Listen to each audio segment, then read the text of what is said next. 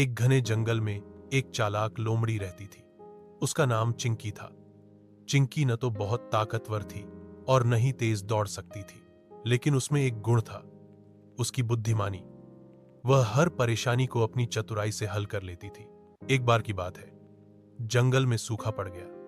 कई जानवरों को भोजन मिलना बंद हो गया। शेर, बाघ और भालू जैसे बड़े जानवर दूसरे इलाकों में चले गए, लेकिन चिंकी वहीं रही। एक दिन उसे भूख लगी और वह खाने की तलाश में जंगल में घूमने लगी। चलते चलते उसे एक कुआं मिला जिसमें एक बकरी गिर गई थी। बकरी पानी में फंसी थी और बाहर निकलने की कोशिश कर रही थी।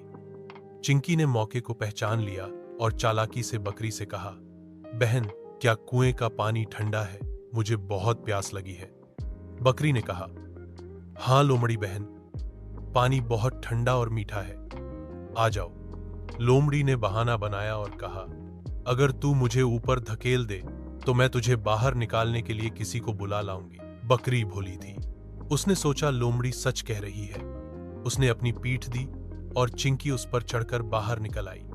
बाहर आते ही लोमड़ी हंसने लगी और बोली, तू तो खुद फंसी है, तुझे कौन निकालेगा? बकरी को अपनी गलती का एहसास हुआ। लोमड़ी वहां से चली गई, लेकिन तभी पास से एक शिकारी आया। उसने लोमड़ी को पकड़ने की कोशिश की, पर लोमड़ी जानती थी जंगल में कहां छुपना है। वह फुर्ती से भाग निकली।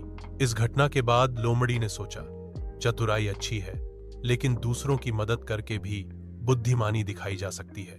उस दिन के बाद चिंकी ने कभी किसी को धोखा नहीं दिया और जंगल के जानवरों में उसकी इज्जत बढ़ गई। सीख: चतुराई अच्छी बात है, लेकिन उसका प्रयोग दूसरों को धोखा देने में नहीं, बल्कि सहायता करने में होना चाहिए।